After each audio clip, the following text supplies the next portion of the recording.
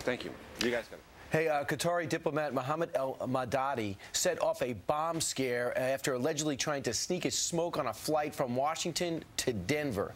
Fighter jets were scrambled to the scene, but could that have been avoided if every flight had a Federal Air Marshal on board? I believe there were two on this one. Joining us right now from Los Angeles, former Federal Air Marshal Robert MacLean. Robert, first off, it looks like the Air Marshal's in the right place at the right time and took the right action.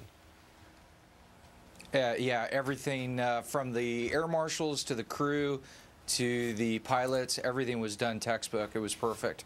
And apparently, one of the stories, Robert, that is out there is the guy went into the lavatory up by the cockpit in the first class section, and when he came out, he was kind of smoky, and this guy said to him, "Hey, were you smoking in there? What's going on?" And the guy goes, "Well, I was just trying to light my shoe on fire." The problem was the guy he was talking to, this diplomat, was an air marshal. This goes to show you just can't joke about that stuff these days, especially if you actually are smoky. Yeah, it invokes that one scene from Meet the Parents with Ben Stiller saying "bomb on the plane." There's certain things you just don't say. Right. Up in a 30,000 feet up in the air in an aluminum tube. Not very smart. Okay, so Robert, a lot of attention about this incident last night is being focused on what he said after the fact. Here's what I'm upset about. This guy is a diplomat. He knows better. He's trying to smoke on an airplane?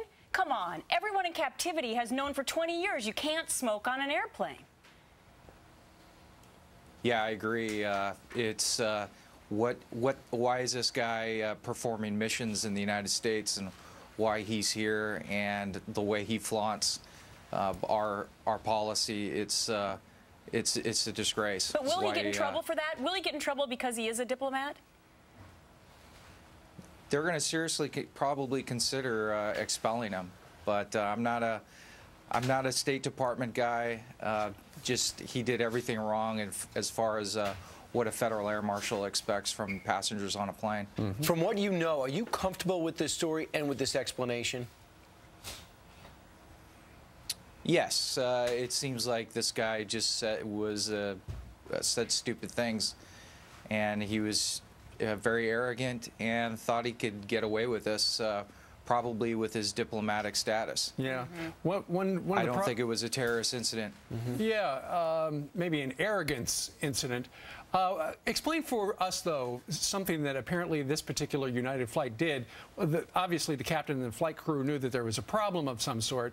And according to some of the people who were on the airplane, they said that they came in real low for a very long time. They approached the Denver airport at a very low altitude for a long time. Why would that be? It was a very good move because you want to get the plane down as low as possible so you can relieve the pressure from within. The higher you go up, the more you have to pressurize the cabin. So if you're at a lower altitude and there is an explosion, there is much less damage when you're at a lower altitude.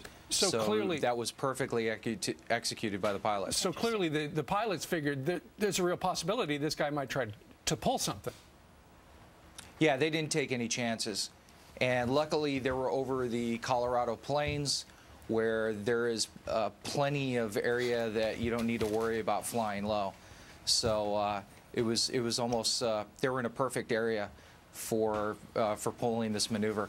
All right, Robert MacLean, you're a former Federal Air Marshal. Air Marshal, sorry. I was going to say agent. Thank you so much for giving us your perspective this morning. The other thing, guys, is that two fighter jets were scrambled for this. I mean, I go back to the point that people know you can't smoke on airplanes. And if this guy gets off for that just because he's a diplomat, two fighter jets were scrambled. Remember that guy at Newark who wanted, out of love, to kiss his girlfriend, and he went past the doorway, and he might go to jail for that. You know, Khalid Sheikh Mohammed, who spent some time in Qatar, this guy is a diplomat with Qatar. His name is Mohammed Al-Madadi, and I'll tell you what, if we were concerned about Irish terrorism in the U.S., and my last name is Kilmeade, I would be extra careful not to be scooped up or people assume something about me. Why would this guy feel that cavalier to do this? Well, and keep in mind, you never know what flights there are going to be air marshals, right? And those guys are trained to spot trouble. And how many months ago was it? Not too many, where the crotch bomber tried to light his flaming underwear on fire. And so people are, look, if a guy comes out of a bathroom and he is smoky, and then he says, yeah, I was just trying to light my shoe on fire. Yeah, come on. You got to do everything you can. And so that's why they scrambled the jets. I think they did everything right. That's why the pilot brought the plane low. And the FBI was scrambled to question him on the ground immediately. And apparently the passengers on board were told, okay, you can get off, but nobody brings their carry-on off the plane. Clearly they wanted to make sure that they took a little inventory of what all was on the airplane. All right, let's do a couple other quick headlines for you on the heels of that bomb scare. New federal figures show the number of flights forced to land because of security alerts nearly doubled. In the first 3 months of this year, there have been 35 diversions compared with just 17 in the first 3 months of last year.